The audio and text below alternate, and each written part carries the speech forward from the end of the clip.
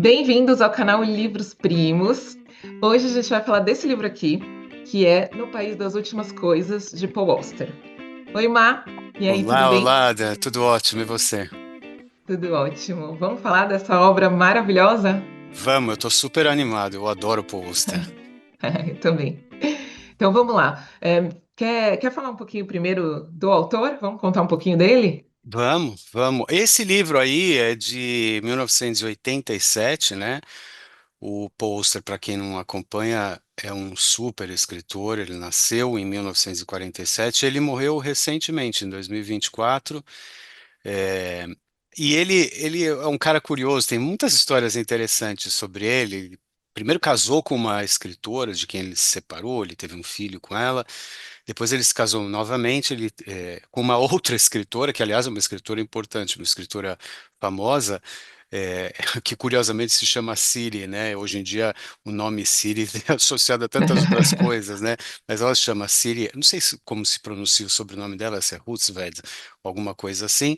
É, e ele tem umas histórias curiosas, assim, ele diz, quando pergunta para ele por que que ele, como é que ele começou a escrever e coisas assim, ele conta uma história muito legal que quando ele era bem criança, ele foi assistir a um jogo de beisebol, ele era fanático por beisebol, e no final do jogo, quando estavam saindo assim no estacionamento, assim, lá estava com os pais, isso que ele era bem criança.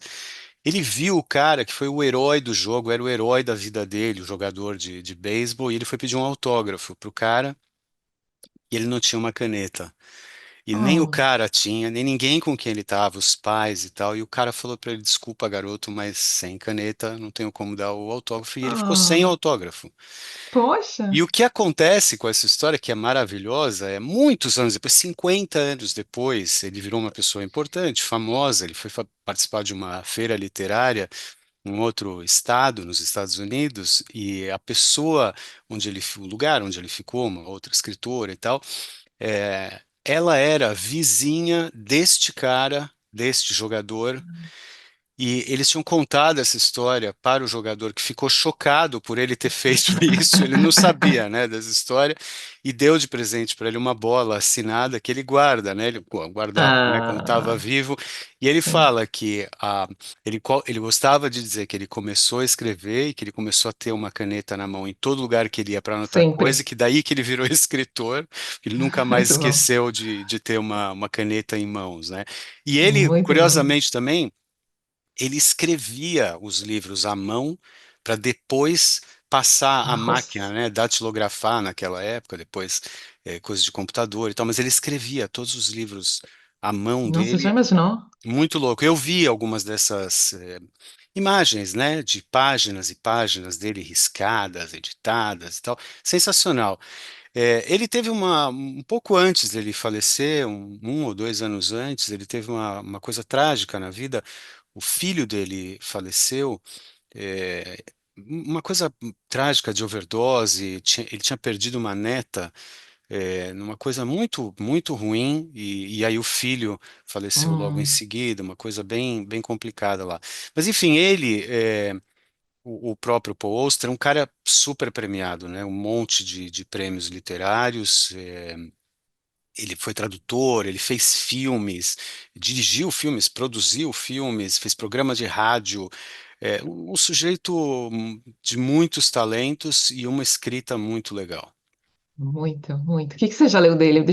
Eu anotei aqui umas coisas que eu li. Eu li o livro das Ilusões, que é um livro muito bacana, Sim. que é de um É esse aqui, né? comediante.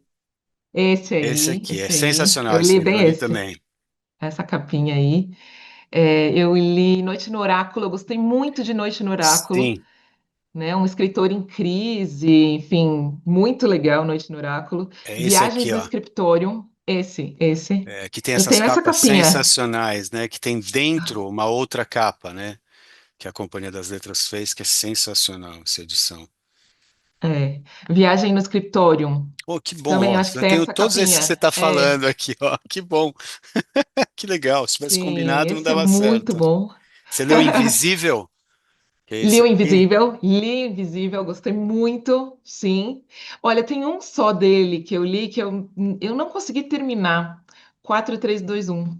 Que é o Você enorme, leu? que é não li, que Enorme. é é o que não é a cara dele. Eu acho que a gente vai falar um Não pouco é, sobre as exatamente. características dele, e eu acho que é o livro que foge à regra dele, né? Pelo fato de ser mais Exatamente. conciso e tal. Ele não é aquilo. Não é. E aí, por isso, eu te juro, é muito raro eu não terminar um livro. Aham. E esse foi um que eu não terminei, assim, eu não tive vontade de terminar. E realmente não era ele ali, não era o que eu gostava dele, e eu parei de ler. Eu escutei de muitas pessoas falando desse livro, que é um livro meio pretensioso, assim, né? Uma ambição de contar quatro possíveis histórias da mesma É, pessoa e tudo mais. Eu nunca quis muito entrar lá, porque quando eu vi também o que era e tal, não me interessei tanto. Eu li um. Você leu Desvarios no Brooklyn? não li. Esse é um livro excelente, né? Essa trilogia de Nova York, que é uma das coisas mais famosas, né, que ele escreveu, é sensacional. E ele tem muitos outros livros. Tem. Vale muito a pena. É um autor que eu É, gosto demais, demais. Então sensacional. vamos falar agora do livro em si? Vamos nessa. Vamos lá. Bom, para quem não leu, vamos dar só aqui um panorama sem muito Sem... spoiler, só para já te contar o que que é um pouquinho, assim, para dar um gostinho. Uhum. Então, eu vou falando aqui, aí você vai complementando, tá? Claro. Vamos lá. Então, quem conta essa história é uma mulher, a narradora é a Anne. É Anne ou Ana? Não lembro. Ana Bloom. Ana, Ana Bloom. Ana. Então é uma mulher e esse livro é mais ou menos uma carta dela, né? Ela escreve uma carta para um destinatário ali É, desconhecido, né? Mas é um relato muito íntimo, um relato pessoal ali que faz uma reflexão bem profunda. E aí a gente mergulha na vida dela ali, no que ela está vivendo e sei lá, eu fui vivendo as angústias dela ali. Então é escrito de um jeito que te envolve, que você fica ali sem ar. Mas enfim, ela entra numa cidade que não tem, num país, né, num país que não tem nome, né, o país das últimas coisas, à procura do irmão dela. Então, ela tem um irmão que era jornalista e ele teria ido lá para fazer uma reportagem sobre o lugar e não teria voltado porque quem entra ali não volta, teoricamente, né? Ela sabe que ela está entrando ali num abismo sem volta. Então, é um cenário muito caótico. Então, é um país que não tem nada, assim, ele tem um governo ainda, né? É um governo que é um país decadente que vai se degradando aos poucos, mas assim, de uma forma muito definitiva. Então, as coisas vão acabando, mas existe um governo ali, e esse é um ponto que eu acho muito interessante. É um governo que não faz nada pelas pessoas. Né, vivas ali, mas ele faz pelas pessoas mortas. Isso para mim é uma coisa muito, é. muito impactante, assim, né? Então, assim, não tem serviço público, mas tem um serviço de recolher os cadáveres. Então, tem os lixeiros ali e tem o pessoal que recolhe os cadáveres. Então, tem um trecho aqui, depois eu leio um trechinho específico sobre isso, Sim. que ele fala, né, que é um governo que não faz nada pelas pessoas a não ser que elas estejam mortas. Isso, para mim, foi muito E eles tocante. usam também, né, os cadáveres porque eles querem aproveitar o cadáver, né? Exato. É muito forte isso para mim. E É, aí também nessa questão da morte tem ainda começam a se formar umas seitas, né, de pessoas que estão desistindo da vida, né? Então assim é impossível viver ali. Quem não consegue mais viver ali assim tirar a própria vida também é muito difícil. Então o que que eles fizeram? Um negócio com a morte. Então tem clínica de eutanásia que promete é. maravilhas de uma viagem maravilhosa para o além. Começou a virar algo Assassinos de lucrativo. aluguel. Assassinos de aluguel, um clube de matadores, sabe? Umas É. coisas que você fala, nossa. E aí a morte vira um negócio. Então isso também foi muito forte para mim. Enfim, e aí essa história, essa jornada da Ana, assim, é ela buscando motivos para continuar vivendo, né? Assim, ela continua atrás do irmão, né? Essa busca, mas assim, também chega uma hora que ela acha que não faz mais sentido. E ela e o livro vai se desenrolando de uma forma muito gostosa, né? Mas de uma forma boa para o leitor, porque vão acontecendo coisas na vida dela, muitas coisas. Então você se prende ali, né? Então, apesar de ser um país que não tem mais nada, as coisas vão acontecendo na vida dela e ela vai contando com muita profundidade, você vai se envolvendo e você quer saber o que vai acontecer, né? Então, acho que é mais ou menos isso que dá para falar. Conta aí um É. pouquinho da tua visão. Não, eu tô completamente de acordo. Eu acho que depois a gente lê aqui uns trechinhos também que ilustram um pouco essa trajetória dela, né? Essa narrativa. É curioso, assim, a gente não sabe direito para quem ela está escrevendo, né? É, Essa carta diário, sei lá. fica meio assim, a gente não sabe direito, né? Quem é essa pessoa para quem ela está endereçando esse negócio. Mas uma coisa que eu achei interessante, assim, como temática, né, também, e o que está por trás dessa história, eu sinto assim, você testa os limites da humanidade, né? O que pode acontecer entre a cooperação e a luta por sobrevivência das pessoas, né? Pessoas uma brigando com a outra para sobreviver ou ajudando uma a outra também nesse mesmo ambiente, né? Tem muitos exemplos de indiferença quanto tem de solidariedade também entre as pessoas. Então, tira o pior e o melhor do ser humano naquele ambiente caótico que eles vivem, tem momentos de muita esperança e outros de absoluto desespero, muitos momentos de solidão, de abandono. Mas uma das coisas que eu gosto muito da escrita do Paul Auster é que ele em geral, são livros curtos, que é diferente desse 4321, né, que a gente Uhum, mencionou, e muito impactantes. Assim, você fica com aquele negócio que você quer terminar, né? Você quer saber que história é essa que está ali por trás. Embora não sejam livros. Isso normalmente são livros policiais, né? Coisas assim que você está querendo saber, resolver um mistério e tal, que uhum. não é exatamente o caso Não. dele, porque ele mistura questões existenciais e questões muito profundas no meio de histórias que poderiam ser histórias banais, poderiam ser histórias de qualquer coisa, né? Então, sei lá, eu acho que foi uma leitura sensacional. Eu fiz a leitura, eu tinha lido esse livro muitos anos atrás, e aí, quando a gente falou de começar aí, falando sobre esse livro, eu lia essa versão em inglês, né, dele, que é a versão original, né, que ele escreveu. E depois eu li a versão em português, e elas são bem próximas também, não são Tá. muito diferentes, não. Eu gostei bastante de ter relido, né? Vamos falar um pouquinho então da personagem. Me conta um pouquinho se você se apegou a ela de início, se ela te fez se envolver, né, com o Uhum, livro. Enfim, eu acho que tem alguns personagens ali, né, que passam pela vida dela e tem alguns uhum. muito marcantes, mas ela certamente é ali o centro ali da narrativa e que faz você querer ler o livro, né? É. O que eu achei legal dessa construção é que essa personagem, Anna Bloom, ela é muito intrigante, assim. Algumas vezes ela é solidária e outras vezes ela vai no limite da ética, que não é o que você espera de um personagem, assim, principal, né? Você fica se questionando, assim, mas então quem é ela mesmo, né? O que que é essa É. pessoa? Mas eu acho que é É, a situação que faz isso, né? Claro, claro, ela é colocada num ambiente em que aquilo que eu disse antes, né, o melhor e o pior podem aparecer de um ser humano e ela É. não é diferente disso. Uma coisa que eu gosto, e acho que isso está presente na literatura dele, ele constrói alguns personagens de forma muito rápida, que você se conecta com o personagem de Uhum, uma forma muito rápida. Inclusive alguns que vão aparecendo assim é, eles fazem prender o leitor de uma forma muito ágil, né? Então, sei lá, tem lá esse casal, é, Isabel e Ferdinand, depois tem o Farr, depois tem um vilão lá, do Jardim, é, aí a mulher que ela conhece, Victoria Woburn, aí tem o motorista lá e com o neto uhum. dele, mas eu diria assim, a figura que eu curti muito de construção de personagem é esse tal de Boris Stepanovich. Esse personagem, para mim, é uma história curiosa, assim, o jeito que o Polster constrói esse personagem. Você quer saber mais sobre esse sujeito? É, A impressão que eu fiquei era assim, eu queria um livro escrito sobre ele. sobre Que ele. história aconteceu com esse cara, né? Quem é ele? Então, E ele não dá muitos detalhes, né? No fim, você não sabe muito sobre ele mesmo. não, não. Ele tá no livro, mas ele não é. Ele tá meio de passagem, né? E ela, como personagem central do livro, é super impactante, muito interessante, até o ponto que tudo que ela vai fazer lá nesse país das últimas coisas, que tem a ver com o irmão, a gente pouco sabe do irmão, né? A Uhum. gente não tem muita Nada. notícia do irmão tal do William lá. É, tem outras figuras, né? O chefe desse irmão dela, né? Na redação lá, né? Sim, Que sim, encomenda ele a viagem e tudo mais. Mas ela em si é uma figura intrigante. Eu curti ler. sim, muito, muito mesmo.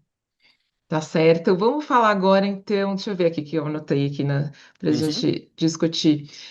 O porquê do título, né? Bom, a gente sempre fala aqui porquê do título, né? Onde que eu encontrei o título no livro? Enfim, aqui uhum. acho que está muito claro, né? As últimas coisas. Tem uma parte ali que ela fala que tudo vai desaparecendo. Eu acho Uhum. que é muito isso, né? Tudo vai desaparecendo e as memórias também vão sumindo e tudo vai acabando. E é isso que é muito forte, é de forma definitiva. Ela É. sabe que aquilo tudo acaba e acabou e não vai ter mais, né? Então, desde a comida que eles procuram até ela vira lixeira, né? No começo mesmo do livro, o trabalho, não tem muito trabalho ali, né? Não existe trabalho, né? Como a gente conhece aqui. Então, o que sobrou ali são os catadores. Então, ela cata objetos para vender e trocar por comida ou pelas coisas básicas para a vida. Então, essa coisa dos catadores e tal, é isso, e é o que vai sobrando. E ela vai catando e depois não tem mais, porque vai ficando escasso, né? E aí você pensa, até quando, né? E isso vai deixando eles nessas situações limites, e aí é isso que você falou, né? Chega uma hora que ela também, sendo muito ética e muito, de repente você se vê numa situação. Eu me coloquei ali diante daquelas situações muitas vezes, pensando, mas o que que eu faria aqui, né? Eu acho que Uhum. chega uma hora que a gente perde mesmo a ética, é uma questão de sobrevivência. É engraçado, você citou coisas que eu anotei para mim, que eu pensei enquanto lia, que são muito similares. Assim, eu acho que o título, né, que é praticamente o mesmo título em português do que em inglês, eu acho que ele retrata bem uma espécie assim de indigência de um lugar que é desconhecido, porque a gente não sabe que país é esse. Ele podia ser qualquer lugar, esse país, né? Ou qualquer cidade onde a gente vive, podia estar aplicado a qualquer lugar, né? Mas eu acho interessante que ele tenha usado tanto últimas quanto coisas nesse título, porque dá esse tom meio apocalíptico, porque são as últimas, né? E ao mesmo tempo abrangente ao falar de quaisquer coisas, né? Essas coisas que estão Uhum, acabando são quaisquer coisas na tudo. nossa vida. Tudo pode estar acabando, né? Então é meio um convite à indigência, à desumanização, né, da vida naquele lugar. Então acho que o título, embora quando eu não lembro o meu primeiro contato com esse título do livro, não lembro o que que suscitou em mim. Mas eu não acharia um título assim, sem ler o livro, eu não acharia um título, oh, que título, não sei o quê. Mas depois que você lê o livro, faz tanto sentido o título que tem, né? Encaixa bem. Vamos ler uns trechinhos? Você separou algumas Sim, coisas vamos. aí, né? Sim, sim, eu separei. Ó, É, eu quero ler só aquele que eu falei, que eu já citei lá no comecinho, uhum, que é sobre o governo, a falta de governo, enfim. claro. É um trechinho bem curtinho aqui, ó. Ele fala das pessoas e tal, as pessoas ali, quando chegam esses caminhões, né, de coleta de corpos, né, os caminhões mortuários, ele fala que as pessoas muitas vezes começam a atacar pedras, né? E aí ele fala, não há nenhum motivo coerente por trás desses ataques. Agem movidos pela raiva, pelo ressentimento e pelo tédio. E como os coletores são os únicos funcionários públicos que aparecem nos bairros, são alvo adequado. Poder-se-ia dizer que as pedras representam um descontentamento popular diante de um governo que nada faz por eles, a menos que estejam mortos. Mas isso seria ir longe demais. As pedras são uma expressão da infelicidade e isso é tudo. Pois não há, propriamente, política na cidade. As pessoas estão muito famintas, muito distraídas e com muito ódio uma das outras para pensar nisso. Achei tão forte, Sensacional. né? Sensacional. Lê aí pra gente o que que você achou. Eu, eu deixei aqui separadas algumas coisas, umas bem pequenininhas, outras um pouquinho mais, mas não mais ou menos o tamanho do que você leu. Assim, a primeira é bem curtinha. Ele fala o seguinte: pensam que estão comendo para continuar vivos, mas são eles que por fim acabam devorados. É tão Uau! forte escrever uma coisa assim, Nossa! né? Tão bonito, né? Poético de você escrever uma coisa tão dura quanto essa, né? Um outro trecho que também não é grande, ele diz o seguinte: mas quando a esperança desaparece, quando você descobre que desistiu de ter esperança na própria possibilidade de ter esperança, a tendência é a de preencher os espaços vazios com sonhos, com pequenas ideias e histórias infantis que o ajudam a prosseguir. Que coisa Hum. genial. Não, tem umas frases que você pensa, eu acho que eu nunca teria capacidade de pensar nisso. Isso é maravilhoso. É. Eu separei essa que é um pouquinho, essa e a seguinte são um pouquinho maiores, depois a gente pode diminuir se quiser, mas Essa especificamente fala sobre aquele trecho que a gente comentou de clínicas de eutanásia ou de coisa assim. Eu Uhum, acho que elas são muito interessantes. Elas estão logo no começo do livro, não vai ter nenhum spoiler para ninguém, mas pelo menos eu acho que convida, se você está pensando em ter um livro bacana para ler e quer pensar assim, pô, me conta aí um trecho desse livro que me convidaria, eu acho que esses trechos te convidam a ler. Então, eu vou ler esse aqui. As clínicas de eutanásia, contudo, não são a única maneira de se comprar a própria morte. Há igualmente os clubes assassinos, que se vêm tornando muito populares. Uma pessoa que queira morrer, mas é muito medrosa para fazê-lo por si mesma, ingressa num desses clubes, na sua zona de recenseamento, por um preço relativamente módico. Um assassino lhe é então designado. O associado não recebe informação alguma sobre os preparativos e tudo que diz respeito à sua morte permanece um mistério para ele: a data, o lugar, o método a ser empregado, a identidade do assassino. De certo modo, a vida prossegue como sempre. A morte continua no horizonte, uma certeza absoluta e, contudo, inescrutável quanto à sua forma específica. Em lugar da velhice, da enfermidade ou de um acidente, um membro de um clube assassino pode prever uma rápida e violenta morte num futuro não muito remoto. Uma bala no cérebro, uma faca nas costas, um par de mãos apertando-lhe a garganta no meio da noite. O efeito disso tudo parece ser o de tornar a gente mais vigilante. A morte já não é uma abstração, e sim uma possibilidade real e presente a todos os momentos da vida. Em vez de se submeter passivamente ao inevitável, os que estão marcados tendem a se tornar mais alertas, mais vigorosos em seus movimentos, mais plenos do sentido da vida, como que transformados por uma nova compreensão das coisas. Muitos acabam se arrependendo e optando novamente por viver, mas isso é complicado, pois uma vez que você ingresse num clube, não lhe é permitido sair. Por outro lado, se você conseguir matar o seu assassino, pode ser dispensado da obrigação e, se quiser, até ser contratado como assassino. Esse é o perigo da profissão e a razão por que é tão bem paga. É, contudo, raro que um deles seja morto. O assassino é necessariamente mais experiente que sua pretensa vítima, mas pode acontecer às vezes. uau! Que sensacional, né? Gente, gente, gente.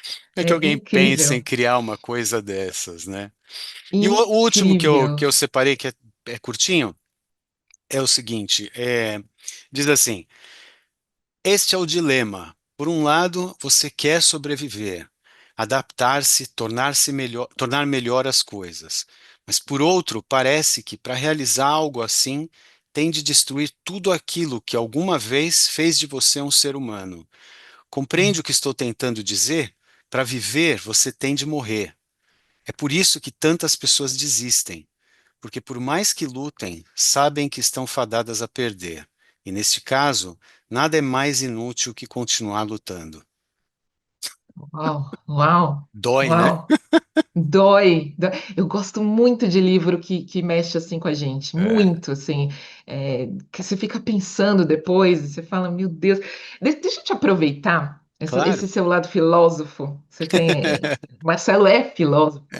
É, eu fiquei pensando esses dias, eu estava passando na rua, e aí os livros mexem sim tanto comigo, e eu fico olhando ali no meu dia a dia para tentar imaginar como seria e tal. E eu fiquei imaginando, né? Assim, a gente vive numa sociedade que, enfim, tem uma certa ordem, um governo, enfim. E aí eu passei num lugar que era tipo aqui em São Paulo, como tem a Cracolândia, enfim, são pessoas completamente Uhum. sem sentido que estão ali aglutinadas, esperando também não sei o quê, né? E aí estavam mexendo no lixo, e era uma coisa que eu comecei a pensar, cara, aqui é o país das últimas coisas, né? Para eles é, porque eles não Claro. têm perspectiva, eles não têm. E, cara, como é que a gente convive ali, né? Olhando e passando, né? Então é uma coisa meio que esse livro, assim, né? Que você pensa, por que que ninguém fazia nada, né? Por que que esse país era isolado ali? Cara, esse país está aqui na minha esquina, sabe? E ninguém faz nada. É a construção dessa indiferença que eu falava antes, né? Como a gente pode passar ao lado e normalizar uma situação tão desumana e seguir vivendo a vida, né? Não, não deveria ser possível, deveria doer na gente cada vez que a gente passa, e às vezes dói, não é com todo mundo que isso acontece, não a todo tempo, mas o fato é que a gente acaba construindo uma espécie de coraça, assim, né, que faz a gente seguir na vida, porque se a gente sentir cada uma dessas coisas a cada momento que elas estão esfregadas assim na nossa cara, fica muito difícil de sobreviver. Então, Uhum. eu não estou justificando isso, mas eu entendo que esse instinto de sobrevivência faz a gente olhar para o lado, né, ou não prestar atenção mais nessas coisas que viram o normal, né, e nunca deveriam ser Sim. aceitos como normal. E eu acho que esse livro tem a beleza disso dentro de uma coisa muito feia da humanidade, que é chamar a nossa atenção para aquilo que a gente construiu alguma indiferença. E é uma indiferença terrível, né? Tem uma música do Phil Collins, que aliás ele fez inspirada quando ele esteve no Brasil, que se chama Another Day in Paradise, que é exatamente Hum. sobre isso. Quando ele passa numa rua, né, ele tá narrando a história de um cara atravessando a rua e não é mais capaz de ver uma pessoa, uma menina que está ali pedindo comida, pedindo alguma coisa, ele já não é mais capaz de perceber essa pessoa, né? A indiferença já tomou conta disso, né? Muito interessante. Esse é um tema recorrente na literatura de jeitos diferentes. Eu acho que alguns dos livros que a gente vai citar como similares ou próximos, né, dessa temática lidam com essa desumanização, com essa indiferença que a gente constrói. Completamente, é. Eu acho que esse livro, assim, quando eu comecei a ler, me levou para esse país, né? Me levou para esse lugar, e eu o tempo inteiro pensando, mas por quê? Mas por quê? E aí foi isso. Depois eu olhei para o lado e falei, mas isso acontece aqui e a gente está ignorando, né? E infelizmente. Então é um convite também para reflexão. Eu acho que é um livro que faz a gente refletir bastante. Eu gosto muito dele, eu acho que ele toca em temas que são, para mim, muito caros, assim, o tipo de literatura, o tipo de coisa que ele fala, te dá, assim, não sei, momentos de muita reflexão, você fica com o livro, você não é só a Uhum, história, né? A história é o veículo que ele encontrou para te chamar a atenção para uma temática relevante, né? Como uma boa literatura pode ser, né? É assim, por que que eu gosto do Paul Auster, né? Por que que eu acho que ele é um autor que vale a pena ser lido? É, primeiro porque eu acho que ele escreve, e ele até fala disso em algumas entrevistas, de que ele escreve como se ele estivesse compondo música. O livro tem um certo ritmo, assim, até alguns livros dele têm a ver com temáticas de música sim. também, neste caso não tem, mas em outros tem.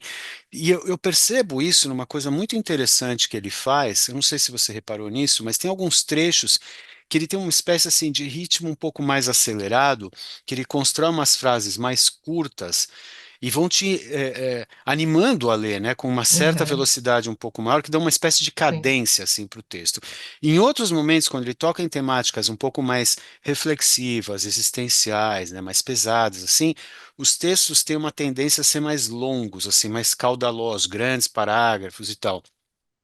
Mas em todos os casos, uma coisa que eu gosto, a linguagem é sempre simples, é direta, assim, não tem uma pretensão acadêmica, ele não está te dando uma aula, né?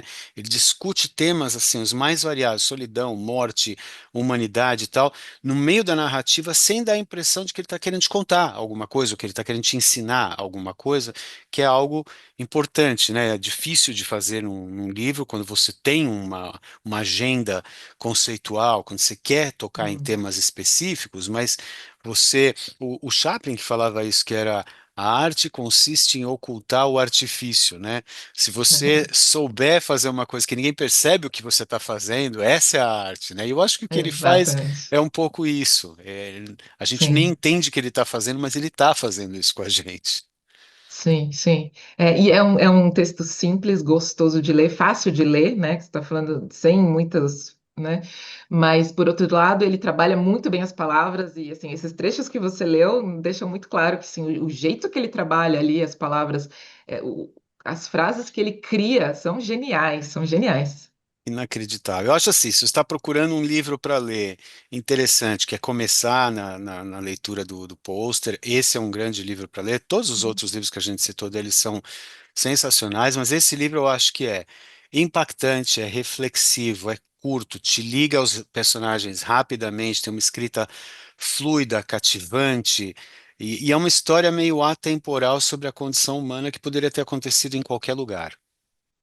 Exatamente. Acho que é um excelente resumo isso aí. Tá certo. Ô, Má, vamos falar agora, vamos falar de livros primos, né? O porquê deste canal. Isso aí. Eu, eu sou assim, quando eu termino de ler uma coisa assim, eu fico enlouquecida, desesperada para ler mais coisas parecidas. Então, assim, acho que a gente pode trazer aqui depois que as pessoas lerem e ficarem fascinadas, a gente traz aqui outras sugestões. Então, vamos dar umas ideias aqui de livros parecidos. Eu acho que entra muito aqui os livros distópicos, né? Acho que dá para a gente falar um pouquinho de livros mais que vão mais nessa linha, mas também Uhum. outros que fazem a gente refletir, que são meio esse soco no estômago, assim, né? Então, sei lá, eu acho que eu começaria por um que eu li que eu gostei muito, que é A Estrada, que fala também de um fim de mundo que a gente também não sabe por que que aconteceu, mas ali é um pouco mais caótico, porque restaram pouquíssimas pessoas e ali não tem mais nada, não tem mais árvores, não tem mais natureza, o céu é cinza o tempo inteiro, é tudo muito obscuro, e aí é um pai e um filho caminhando numa estrada. E ali eles falam de sobrevivência e eles falam também do sentido ali de continuar.